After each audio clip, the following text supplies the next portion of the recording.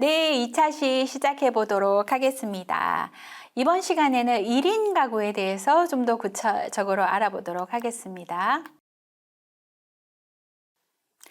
네, 1인 가구의 특성과 1인 가구의 지원 정책 현황 등등에 대해서 살펴보도록 하겠습니다. 자, 혼자 사는 사람들이 늘어나고 있다고 합니다. 2019년 우리 살펴보았을 때 부부와 자녀가 같이 살고 있는 비율이 29.6%로 1인 가구 29.8%보다 적게 나타난 이후 계속해서 1인 가구가 가장 많은 유형으로 늘어나고 있다라고 하는데요. 이 수준이 2050년에는 39.6% 수준으로 예측하고 있다고 합니다. 우리 앞에서 봤던 통계 지표인데요. 만 19세에서 34세까지 결혼하지 않은 비혼 가구 중에서 1인 가구들이 늘어나고 있는 측면이 우리 제시가 되고 있습니다.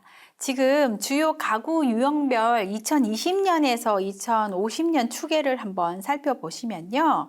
지금 1인 가구의 유형이 지금 2020년 31.2%에서 2050년에는 39.6%로 늘어날 예정이라고 하죠. 그 외에 가구 원수별 구성비도 보면 1인 가구 계속 늘어나는 추세를 확인하실 수 있습니다. 자, 1인 가구의 개념과 용어에 대해서 살펴보도록 하겠습니다. 1인 가구는 독립된 공간에서 의식주의 일상생활을 혼자 영위하는 사람들을 의미합니다. 나 혼자 사는 사람들이겠죠. 독립된 공간에서 혼자 의식주의 일상생활을 혼자 영위하고 이 사람들은 심리적, 정신적으로 나 홀로 라이프 스타일을 즐기는 사람까지 의미하는 것을 우리가 1인 가구라고 이야기하고 있습니다. 자, 다양한 용어로 1인 가구를 우리가 또 이야기할 수 있을 것 같은데요. 앞에서 이야기했던 싱글, 독신, 독신주의자 등등 다양한 이야기로 이야기할 수 있을 것 같습니다. 자, 혼자 사는 생활이 결혼 생활을 전제로 결혼을 하지 않은 사람들의 생활을 일컫는 경우가 보편적이라고 볼 수가 있겠는데요. 그렇지만 사실 또 이런 1인 가구가 지금 심리적, 경제적으로 독립해 사는 사람들을 의미하지만 또 그것을 포함하는 또 다양한 용어들이 있습니다. 왜냐하면 이 혼자 사는 삶이 선택이며 취향의 문제로 접근하면서 실제 1인 가구의 생활과 그들의 생활 문화가 굉장히 다양한 측면이 있다라고 우리가 이야기할 수가 있는데요. 많은 용어들이 좀 우리가 이야기하고 있는 용어들이 있습니다. 와이즈족, 나홀로 경험을 고집하는 여자들을 와이즈족이라고 한대요. 패러싱글족, 기생독신, 독립할 나이가 되었지만 경제적인 이유로 부모에게 얹혀 살면서 자신만의 독립적인 생활을 즐기는 사람들, 즉 앞에서 1인 가구 혼자 산다가 그 주거와 정신적, 경제적인 것을 독립했다라고 하지만 또 어떤 정신적인 의미를 이야기를 하였을 때 부모하고 같이는 살지만 또 자신만의 독립적인 생활을 즐기는 사람들도 있고 그런 사람은 또 패러싱글족, 이게 그 기생충이죠. 기생독신이다라고 이야기한다고 해요. 또 네오싱글족은 탄탄한 경제력, 디지털 활용 능력을 갖추고 자신만의 독신 문화를 만끽하는 사람을 또 네오싱글족이라고 한대요. 그 외에 외톨이족, 나홀로족, 글루미 제너레이션 등등이 다양한 1인 가구를 일컫는 용어로 사용되고 있다고 합니다. 그리고 그 용어에 따라서 의미하는 바는 약간씩 좀 다르다고 할 수 있겠죠. 그럼 혼자 사는 사람들이 왜 늘어날까요? 그 이유는 각기 다르다고 하는데요. 흔히 우리가 이야기할 때 결혼 시기가 늦어지고 이혼율이 높아지면서 독신 가구가 늘어나는 현상과 관련되고 있다고 해요. 특히 30, 40대 연령층에서 많이 늘어나고 있고, 지금 결혼하지 않는 것뿐만이 아니라 과거와 비교해서 중장년층 비율이 늘어나고 있는데, 이 중장년층의 비율이 늘어나는 그 추세도 사실은 이 결혼 시기와 늘어나는 그런 부분과는 또 다른 이유로 또 혼자 사는 사람들이 늘어나고 있다라고 우리가 살펴볼 수 있는 거죠. 뒤에서 조금 더 살펴보도록 하겠습니다. 자, 1인 가구의 성 및 연령별 분포를 2000년과 2018년으로 비교해서 보도록 하겠습니다. 자, 남성의 경우 2000년대 독신, 지금 혼자 사는 남성의 경우 20대 중반, 20대가 굉장히 높았는데요. 이게 2000년대는 쭉 내려오고 있습니다만 2018년대는 점점 더 이 비율이 아주 높다기보다는 이렇게 완만하게 되다가 다시 45에서 55세 사이에 다시 올라가는 그런 측면을 확인할 수 있습니다. 여성의 경우에 혼자 사는 사람들 또 20대 초반에 높다가 향후 또 이 뒤로 올라가는 측면, 마찬가지 뒤로 올라가는 측면을 확인할 수 있습니다. 이렇게 보면 그 이유는 굉장히 다르다. 혼자 사는 사람들의 이유가 다르다는 것을 여러분들이 좀 예측해 볼 수가 있는데요. 실제 1인 가구의 혼인 상태의 분포를 2000년과 2015년을 비교를 해보면 미혼도 굉장히 많고요. 이후에 이혼이 많이 늘어나는 모습을 볼 수 있습니다. 2000년에는 사실 사별이 굉장히 많았지만 이혼의 요소가 굉장히 2015년에 커지고 있다는 것이죠. 그래서 미혼 및 이혼 가구의 비율도 연령에 따라서 계속 이 2015년에 이 뒤로 계속 늘어나는 그런 모습을 보실 수가 있겠습니다. 자, 이렇게 1인 가구의 왜 1인 가구를 구성하고 있는가라는 것을 우리가 살펴볼 때 미혼율도 굉장히 중요한 의미가 있겠지만 높은 이혼율, 가족 해체, 교육적 요인 등을 복합적으로 우리가 이해해야 한다라고 볼 수가 있는 것이죠. 그리고 남녀 모두 중장년층의 1인 가구 비중이 늘어나는 추세이고요. 이혼 사유로 봤을 때는 55세에서 64세에 가장 많다고 이야기할 수 있습니다. 그뿐만이 아니라 40, 50대 연령층에서도 미혼으로 인한 1인 가구가 많이 증가하고 있다. 즉 만혼과 비혼 등도 1인 가구의 원인이다라고 우리가 이해해 볼 수 있는 거겠죠. 자, 그렇기 때문에 우리가 1인 가구의 생활상의 어려움에 대한 접근이 필요하다라는 이야기가 있습니다. 각자 1인 가구, 원인은 어떻든지 간에 어려움을 겪고 있다는 것인데요.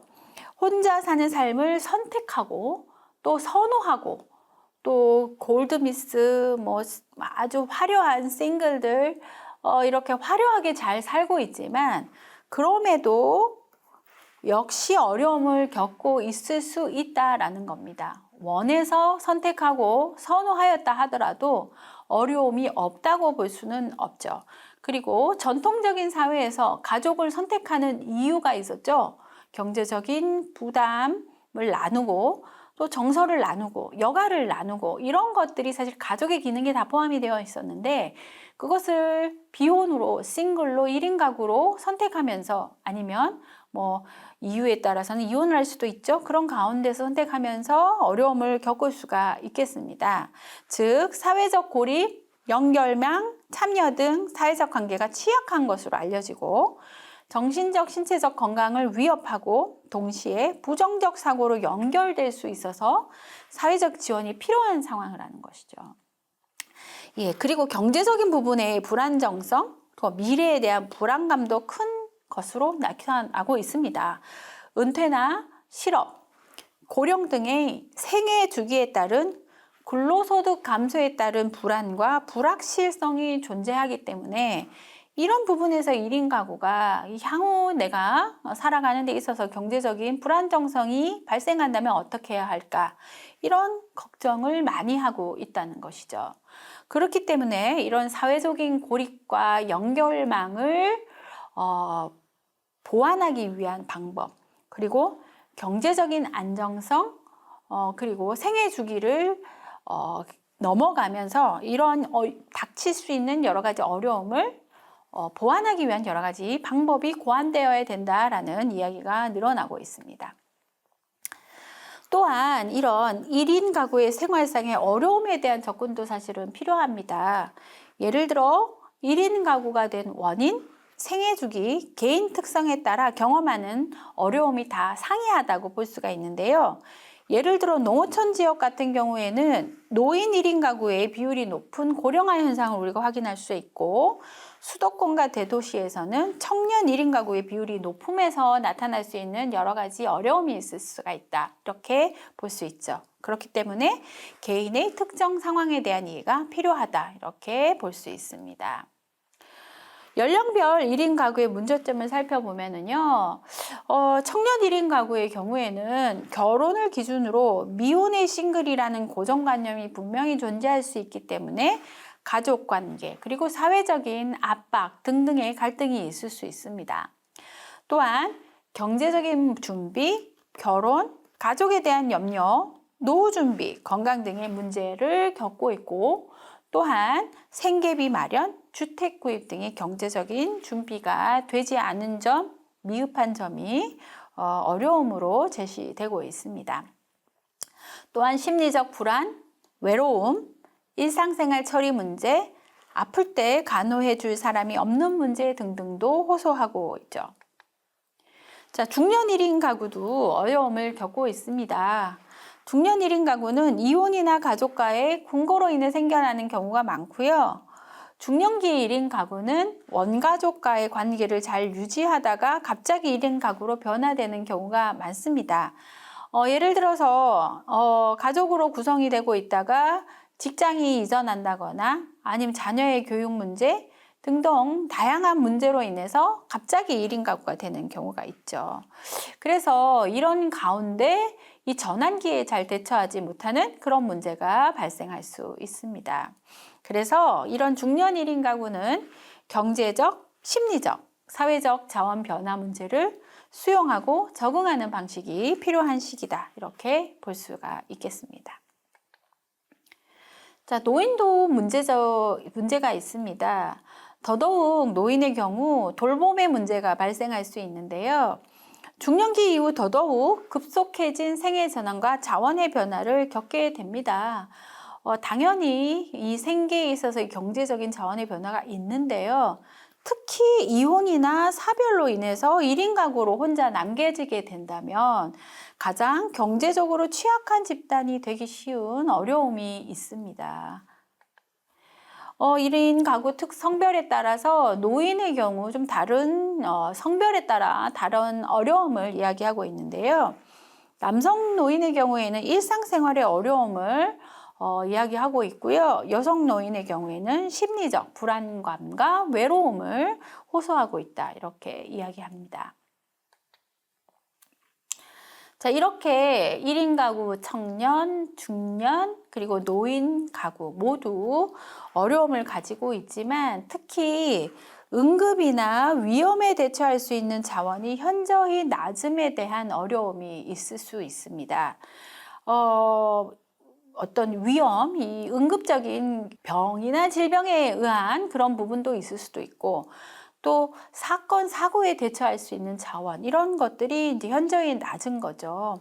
자, 이런 현저히 낮은 자원이나 경제적인 문제, 외로움, 미래에 대한 높은 불안으로 실제 다양한 가구들이 어려움을 겪고 있고요. 거기에 더해서 원인이나 생애 주기, 그 다음에 개인 특성에 따라서 상이한 어려움에 처하게 될 수 있습니다. 그래서 우리가 이런 1인 가구를 지원하기 위해서 정책적으로 접근하기 위해서는 실제 개인의 특성 그리고 어려운 상황에 대한 정확한 인식으로부터 시작이 되어야 된다. 즉 어떤 어려움을 겪고 있는지를 명확하게 판단하여서 거기에 맞는 지원을 구체적으로 할 필요가 있다라고 이야기하는 것이죠. 자, 혼자 하는 사람들의 그 일상생활들을 살펴보면은요, 실제 개인주의적인 가치관에 의해서 혼자 하는 삶이 굉장히 다양해지고 있습니다. 혼자 사는 삶에 대한 다양한 관심이 뭐 TV 프로그램, 유튜브, SNS 등에서 아주 화려하게 그리고 즐겁게 뭐 다양한 모습으로 우리가 볼 수 있고 다양한 관심이 증가하고 있죠. 그러면서 거주하는 공간에 대한 요구나 수요도 증가하고 있습니다. 예를 들어서 점호 가구라고 해서 뭐 도시에서 살다가 또 휴식은 다른 곳에서 하고 또 주거지를 이동해 가는 그런 다양한 싱글들의 모습도 볼 수 있고, 마이크로 하우징이라고 해서 주거 공간을 굉장히 작게 하는 모습도 보고 있고, 또 나홀로 라운징이라고 해서 나가 다양한 사람과 거실을 공유하고 또 나는 또 생활을 다르게 하고 이래 등등의 어떤 거주하는 공간에 대한 요구나 수요도 굉장히 다양하고 있습니다. 또 핵개인화라는 개념이 등장하면서 이 사회의 구성 단위가 가장 기본 단위인 이 개인 중심으로 쪼개지기 시작하기도 했죠. 그러면서 우리가 또 확인할 수 있는 또 새로운 문화는 혼자여서 함께하는 그런 문화도 새로 등장하고 있습니다. 또 이 1인 가족들은요, 새로운 반려동물 문화와 함께 또 나 혼자 플러스 펫과 함께 사는 가족을 형성하기도 합니다. 새로운 반려동물을 가족으로 받아들이는 건데요. 이 반려동물과 상호 반응을 통해서 서로 정신건강에 도움을 받기도 하는 거죠. 그렇지만 반려동물을 잃고 난 후에는 펫로스 증후군이라고 해서 반려동물이 사망하고 난 후에 이 사망한 이 반려동물을 이 성실을 회복하지 못해서 힘들어하는 그런 사람들도 많이 늘어나고 있는 거죠. 또한 반려식물에 대한 관심도 증가하고 있습니다. 요즘에는 돌멩이를 키우는 사람들도 있더라고요. 그래서 TV 프로그램을 보면 정말 다양한 사람들이 다양한 동물과 함께 상호작용하고 또 뭐라 그럴까요? 또 식물을 키우고 이렇게 취미생활을 하면서 사람이 아닌 또 다른 어떤 생물과 또 상호성을 주고받는 모습도 볼 수 있습니다. 그리고 이들은 또 짧은 만남과 가벼운 모임 참여를 선호하는데, 예를 들어서 온라인상의 취미나 교제 목적의 모임 등에 다양하게 참여하고, 또한 혼자이지만 함께하고 싶은 욕구를 주변인 동물, 식물과 함께 하면서 정신과 심리적 건강을 얻고자 합니다.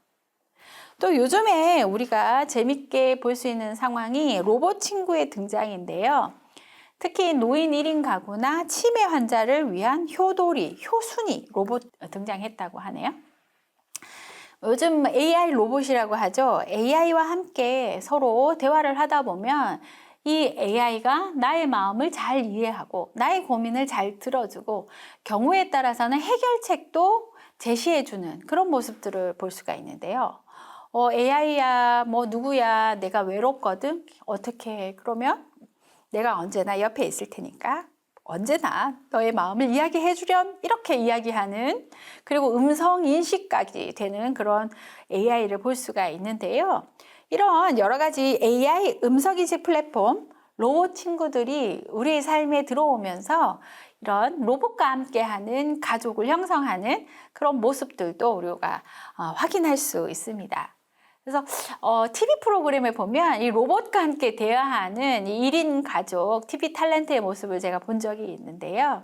이 결혼하지 않고 여자친구를 만들지 않고 로봇과 함께 대화하고 로봇을 키우고 이런 모습들 보다 보니까 참 재밌다라는 생각을 하게 되기도 하는데, 또 그러다 보니까 로봇 친구를 또 보면은 사람과의 관계를 대체하는 것으로 또 받아들이다 보니까 또 앞에서 이야기했던 어떤 사람과의 깊은 관계나 지속적인 관계를 유지하기가 좀 쉽지 않은 그런 사회로 가겠구나라는 그런 생각도 조금 들었습니다. 자, 이런 그 1인 가구들은 혼자 덕후 생활을 하는데요. 자신을 위한 투자, 취미 생활에 굉장히 많은 투자를 집중하는데요.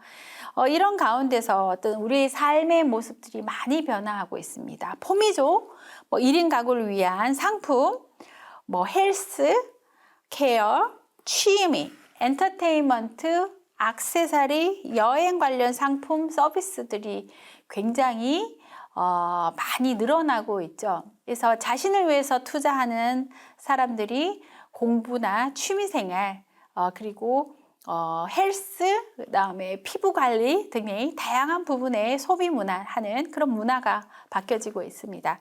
장난감, 피규어, 캐릭터 등에 몰입하는 사람들도 있고, 또 집콕 문화, 밖에 나가지 않고 집돌이, 집순이, 눕순이까지도 등장하던데요. 자신의 삶을 집중하면서 혼자 덕후 생활에 빠지는 그런 사람들도 늘어나고 있는 것 같습니다.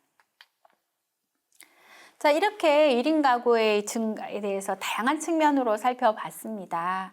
앞에서 이야기했듯이 결혼이 늘어지면서 1인 청년들의 그 모습을 살펴보았고, 또 이혼이 늘어나면서 중년기 가족의 모습, 중년의 1인 가구의 어려움도 살펴보았고요. 또 자연적으로 늘어나는 이혼 혹은 사별에 의한 이 1인 가구, 노인 가구의 증가도 이제 살펴봤습니다. 저출산 고령화가 다가오면서 1인 특히 노인 가구의 증가는 우리가 꼭 염두해야 하는 어려움이 아닐까라고 합니다. 그래서 실제 1인 가구를 위한 정책 지원의 필요성이 아주 크게 부과되고 있다, 우리에게 다가오고 있다라고 볼 수가 있겠습니다. 1인 가구의 증가는 일반적인 현상으로 우리가 받아들여야 되고요. 1인 가구가 겪는 문제를 개인적으로 해결하기 어려운 상황에 대해서 삶의 안전장치를 정책적으로 보호해야 할 것 같다라고 말씀드리고 싶네요. 자, 그래서 이 1인 가구의 정책 지원의 방향은요, 억제 혹은 시의 대상이 아니라 함께 살아가야 하는 대상으로 인식해야 합니다. 혼자 사는 것이 앞에서 우리가 이야기했던 현대 가족의 위기로 받아들이는 것이 아니라 또 어떻게 보면 도전으로 또 지원해야 될 어떤 대상으로 우리가 한번 생각을 해봐야 된다는 거죠. 그리고 성별, 연령별 특성에 따라 차별해서 접근할 필요가 있다라고 말씀드리고 싶습니다. 그리고 이 일회성 대책을 통해서 단시일 내 해결은 어렵고요. 정부의 노력과 민간 전문가들의 지속적인 협력이 요구되는 사항이다라고 볼 수가 있습니다.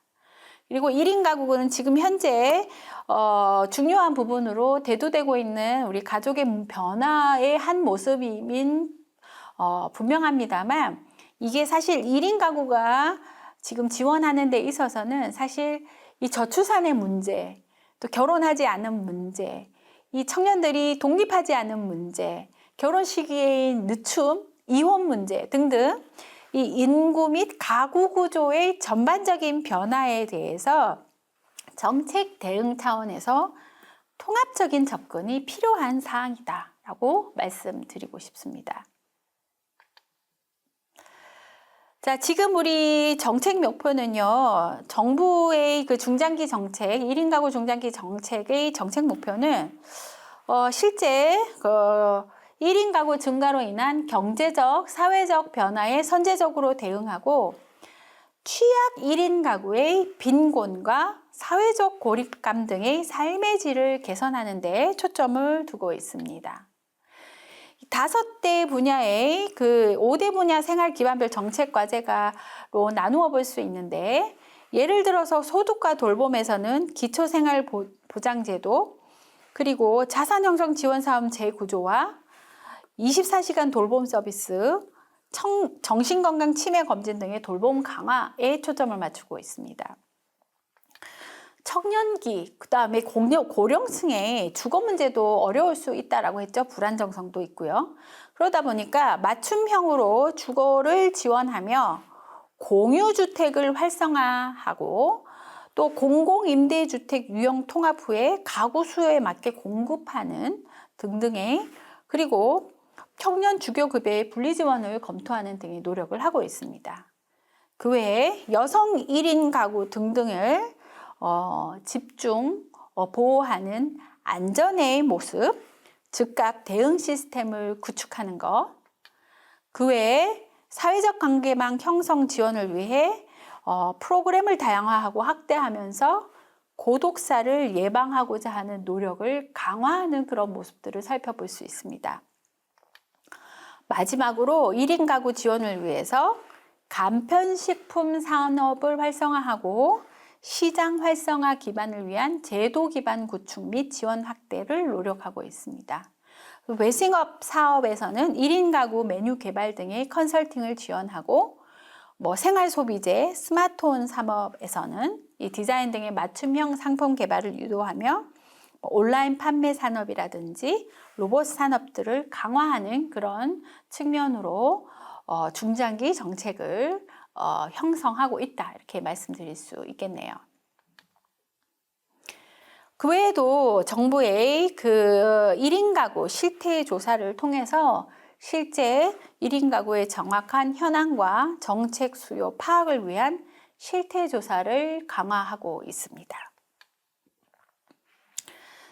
예를 들어서 또 실태 조사뿐만이 아니라 또 4차 건강가정기본계획에 근거해서 1인 가구 대상 사회적 관계망 형성 지원을 위한 다양한 사업을 운영하고 있는데요.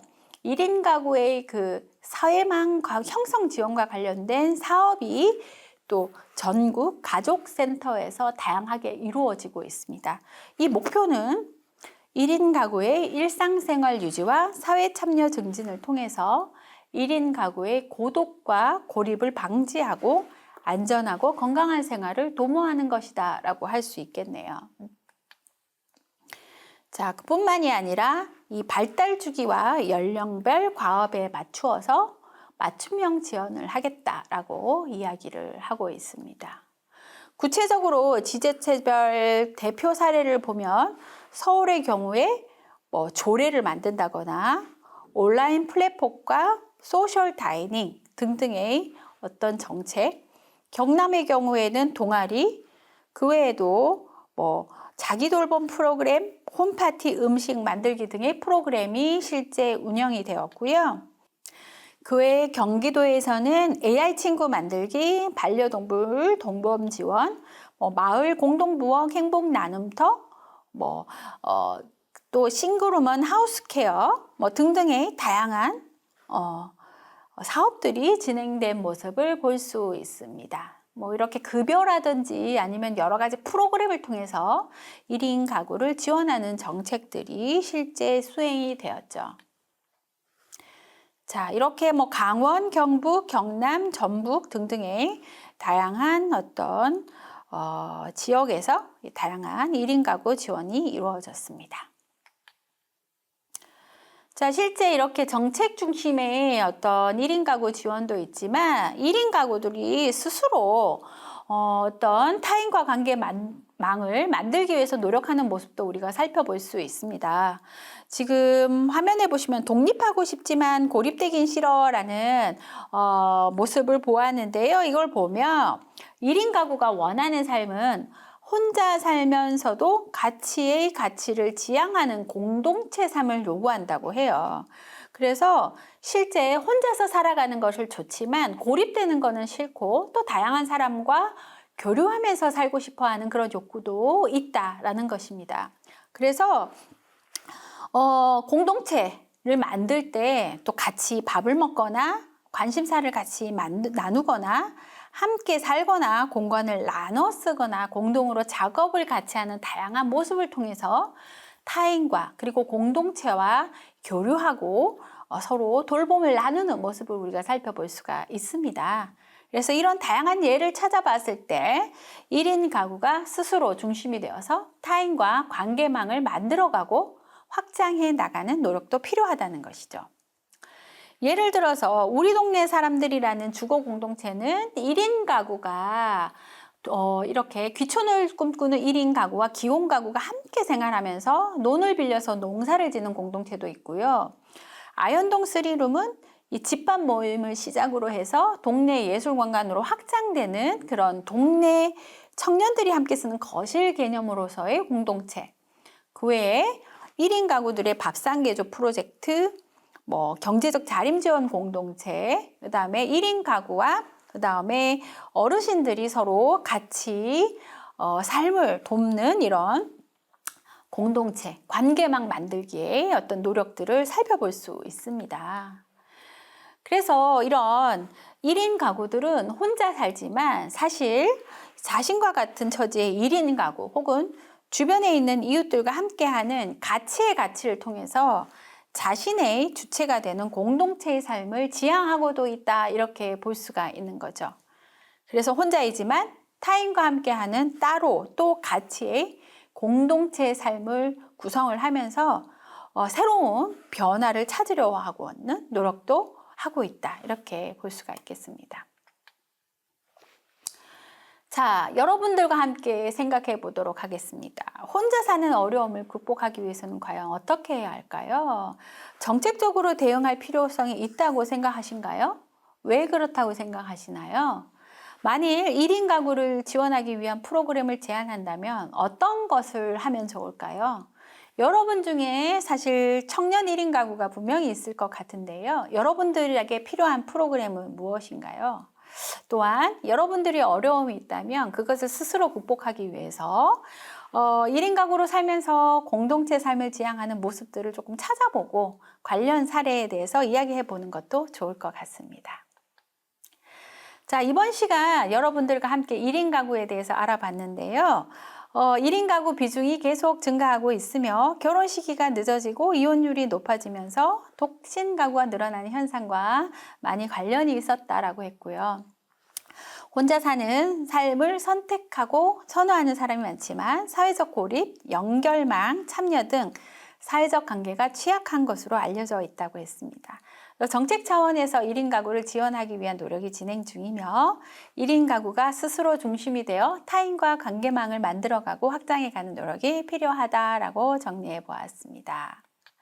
자, 이번 시간에는 윤소영 외의 가족과 문화 변화를 읽다를 참고하여 정리해 보았습니다. 자, 긴 시간 수고하셨고 다음 시간에 다시 만나 뵙도록 하겠습니다. 수고하셨습니다.